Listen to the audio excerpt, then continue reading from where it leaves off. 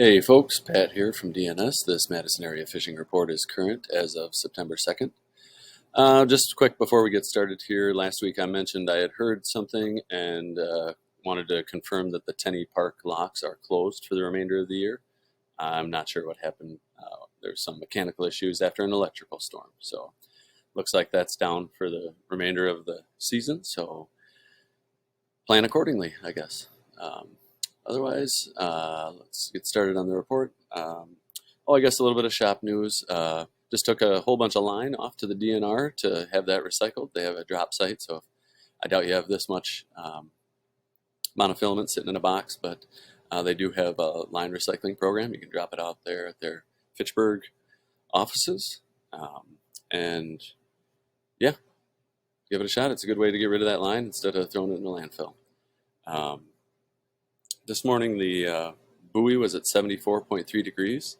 Looks like a warm day today, but a nice cool weekend and a nice cool week next week. So those lake temps should continue to drop. They're dropping kind of slow, but coming down a little bit anyway. Generally, fishing on the chain has been pretty good. Perch action on Mendota has been kind of hard to come by some keeper fish, but lots of small fish in the system. The good news is there's some bluegills out there to kind of fill in uh, to tug on folks' lines, and some nice gills, of course. The Mendota monsters occasionally mixed in, but good numbers of bluegills out there. Same thing on Monona. Good reports of gills suspended out deep. Largemouth bass around the chain have been a little tough in weedy areas from what I hear, but still getting them on topwater frogs. Smallmouth bass in 10 to 20 feet of water on rocky breaks and humps. And the walleye bite, at least out of Mendota, has been pretty strong. Seems like it's picking up a little bit for walleyes, mostly on humps. I do hear about some fish trolling. Um, and also some muskies still are being caught in pretty good numbers up shallow, so that's good to hear.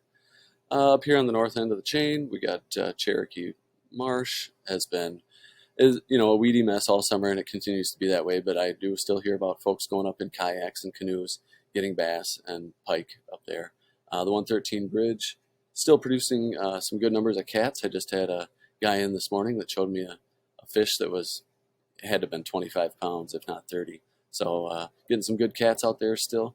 Um, Mendota, like I said, the perch bite has been a little tough. The fish people are catching have been pretty small, but you do get the occasional keeper mixed in.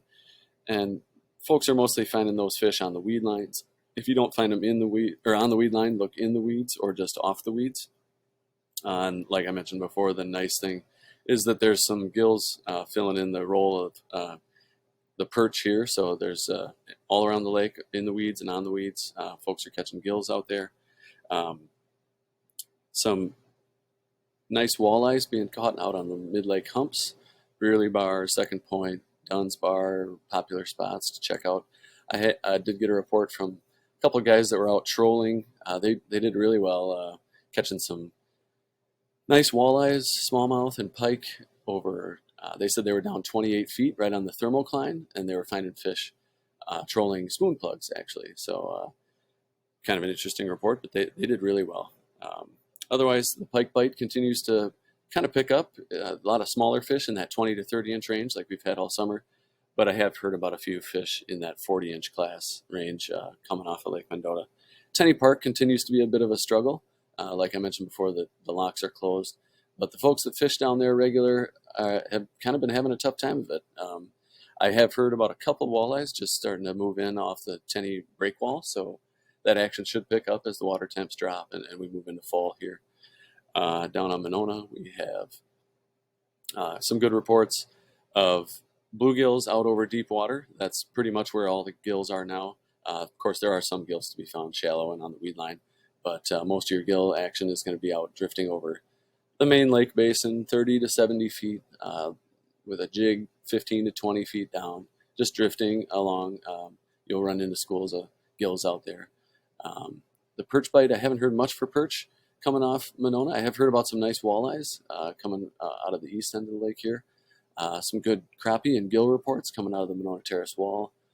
The triangles and Monona Bay continue to produce some nice gills and the occasional crappie. Winger's been kind of quiet as far as muskie reports. I guess I did hear one guy came in and Had caught a few smaller muskies, but most of the muskie action I've been hearing about is on Lake Monona, and in particular the south end of the lake here still. Mud Lake, I haven't heard much going on out there, but the dredge hole is always a great spot to check. All these shallow weed flats here are a great spot to look for largemouth bass. I've heard about a few fish from shore anglers coming off the trestle out here, and on Wabisa, I've been hearing about some decent perch and bluegills still coming out of the weed line areas and just out from the weeds. So, 10 to 20 feet is a good place to look. Still hear about some walleyes being caught trolling down here on the southeast shoreline and jigging off Hog Island and the rock pile down here. Also, some good perch and bluegill reports out of the south end of the lake here. Just recently had a couple guys in telling me they did well down there on some panfish. Kiganza, I continue to not hear much coming out of there. They are on the south end of the chain, and we're on the north end of the chain, so it could just be a function of that. But I haven't heard much reports. But if I were fishing out there, I'd check the weed lines first and move out a little deeper. They usually get walleyes out here off the state park and off the point over here on the west end of the lake. But like I said, I haven't heard much for reports in the way of Kiganza specifically. Kashkanang, I have heard about some smaller walleyes continue to be caught trolling here at the mouth of the Rock River, and also a nice mixed bag of fish in there with white bass and smallmouth, even some occasionally a crappie mixed in there, but some fish still coming off there. Also, Fort Atkinson up to Jefferson. Heard about a couple, or a little bit of catfish action in that area, but not a lot coming out of there. Beaver Dam continues to produce catfish in the good eater size, so if you're into that, go check that out. Prairie du Sac Dam and all the dams really continue to produce a nice mixed bag of fish from the dam all the way down into Sauk City. I've heard some good reports of some smallmouth action out there. A little bit of white bass. Not much for walleyes. I haven't heard specifically walleyes up at the dam. A week or two ago, they were biting pretty good, but that action should pick up as we move into fall here. And then also downstream, look for smallies on the downstream side of sandbars, wood, deep corners, anywhere there's currents is a pretty good option, or some depth to be looking for those fish. Lake Wisconsin, I've heard about a few fish trolling, but not a lot of action out there. But that action should pick up here as we move into fall with some cooler temps. And let's see, some decent smallmouth action still coming out of the Portage to Wisconsin Dells area. Haven't heard a lot out of the Dells in a little bit, so but I imagine walleyes will start backing up there at the dam. Castle Rock Lake and Pettenwell, I've been hearing the walleye action. Sounds like it's been picking up out there, catching fish in the early mornings and evenings, still on deeper mid-lake humps, but also catching trolling midday. I also heard the panfish bite out this way is starting to pick up. Over to the Mississippi River, I haven't heard much specifically out of here. It sounded like the walleye bite picked up for a little bit when the temps dropped, and now it's kind of slowed again. But still get good reports of smallmouth and some walleyes on wing dams. There's also bluegills still being caught shallow along rocky shores, and crappies in wood. And of course, always, the sloughs are always a pretty safe bet for some decent panfish action out that way.